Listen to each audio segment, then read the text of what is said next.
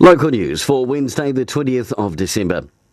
The National Surgical Bus, possibly only one of its type in the world, is looking for a significant change next year to keep up with demands and high technology.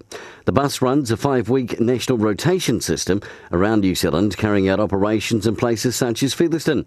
Chief Executive Mark Eager says they're assessing cutting new edge technologies with portable and modular healthcare facilities to help DHBs cope when they're under pressure and assist in smaller towns and rural areas. Wairarapa trade users have been issued an apology, and in a statement, Metlink say they're commissioning an independent investigation into recent mechanical failures.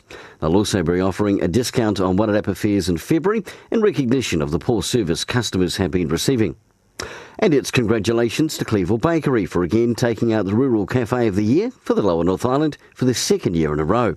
And in sport, Twilight football at Masterton Taleda Park will wrap up tonight. For the last 8 weeks or so, there have been social and competitive games on a Tuesday and Wednesday night.